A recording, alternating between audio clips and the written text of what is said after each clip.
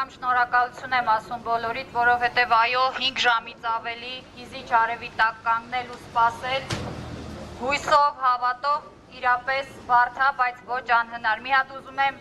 մենք, մեզ, դուք ձեզ ծափահարեք շատ բարձր, շնորհակալություն ձեզ։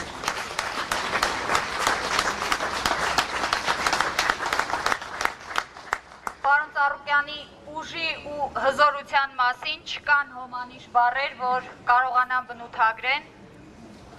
Հենց այսօր էլ ժամեր առաջ, երբ պարոն Ծառուկյանը մեքենայից իջավ, իր լայն ժպիտը, բարձր ծիծաղը,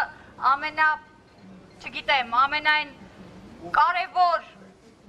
օրինակներ, փաստներ, ապացույցներ, որ Ծառուկյանը մնում է Ծառուկյան, ինչ ուզում է լինի, մի հատ բարձր ծափեր պարոն Ծառուկյանի։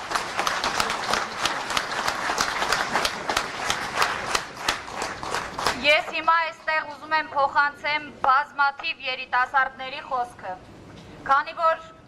նախընտրական շրջանում չունեինք իրավունք ծրագրեր կազմակերպելու, մեր բազմաթիվ երիտասարդական ծրագրեր թողել էինք ընտրություններից հետո։ Մենք անհամբեր սպասում ենք պարոն Ծառուկյանին, որ պարոն Ծառուկյանը դուրս գա ու մենք կարողանանք ի նպաստ մեր երկրի, մեր բոլոր ծրագրերը կյանքի կոչել։ Դրանք միայն հնարավոր են այն դեպքում, երբ պարոն Ծառուկյանը կլինի ազատության մեջ։ Ինչպես պարոն Ծառուկյանն է մշտապես երիտասարդների կողքին եղել, նույնպես ուզում եմ, որ պարոն Ծառուկյանը այստեղ լսի, որ երիտասարդները իր կողքին են միշտ։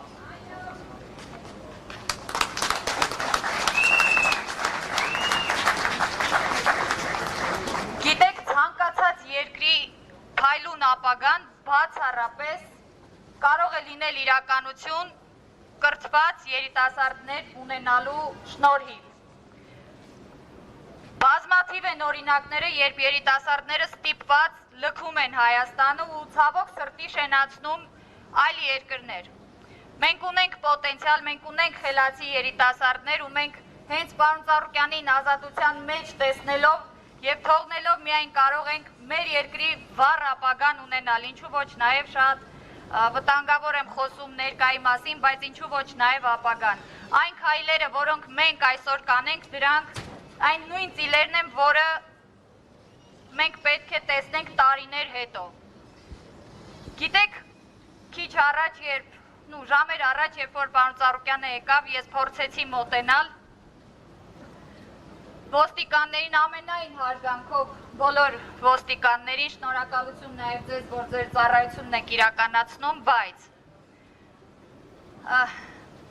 դժվար է իմ համար այս մասին խոսել, բայց թևիցս քաշեցին, հրեցին մի կողմ ու բազմաթիվ նամակներ ստացա, թևը հոչի ցավացել։ Ժողովուրդ, ես մարդ եմ, ով ամիսներ շարունակ ամեն օր պարոն Ծառուկյանի հետ պտտվել է մարզերում։ Պարոն Ծառուկյանը այն մարդն է, որ առանց անվտանգության աշխատակիցների ինքնակամ մտել է մարդկանց մեջ, հոծ բազմության մեջ։ Իրեն մոտեցել են հազարավոր մարդիկ, ժամերով հերթ են կանգնել, որ մոտենան պարոն Ծառուկյանին գրկեն։ Ուղղակի իրենց սրտի ջերմ խոսքը ասեն պարոն Ծառուկյանին։ Այսօր միտքը որն է թույլ չտալ, որ պարոն Ծառուկյանին մոտենան մարդիկ։ Գիտեք, շատ ավելի կարևոր խնդիրներ կան մեր երկրում, որ շատ ավելի լավ կլինի, ինձ որպես քաղաքացի շատ ավելի ապահով կլինի այս երկրում ապրել, եթե դուք դրանց ավելի ուշադիր լինեք։ Գիտեք, բազմաթիվ սպառնալիքներ եմ ստանում Facebook-ով, նաև Instagram-ով։ Ես որպես օրինակ կարող եմ լրատվամիջոցներին ցույց տալ մի քանի նամակներ, որ հեսա քեզ էլ են բռնելու, զգուշ դուրս արի, ու բոլորը ինչ-որ ֆեյք էր։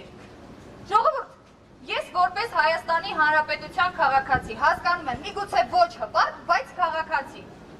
Ունեմ իրավունք ապահով ապրելու, տեղաշարժվելու իմ երկրում։ Ես ինչի պիտի իմ կարծիքը արտահայտելու համար ֆեյքային գրոհի հարձակվեմ, ինչի տեղից հելած հիմա վստահ եմ, էլի նորից ակտիվանալու են իրանք, իմ նկարներով բաներ են տեղադրելու, ժողովուրդ չեմ նայում, ուղարկողներին էլ նույն պահին բլոկում եմ, ոչ միտեղ չտանող ճանապարհ է։ Ինչ եք անում։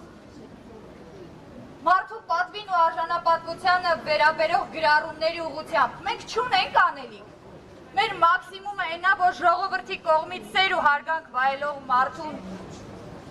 ոստիկանական երկու շարք պատնեշով փակեք, որ մարդիկ չկարողանան մոտենալ իրենց։ Ես վստահ եմ, որ ձեր մեջ կան մարդիկ, ովքեր հաշտ չեն այս իրավիճակի հետ։ Որպես հայ մարդ, որպես լիանշնորհակալ եմ կոնկրետ այդ տեսակին։ Բայց խնդրում եմ,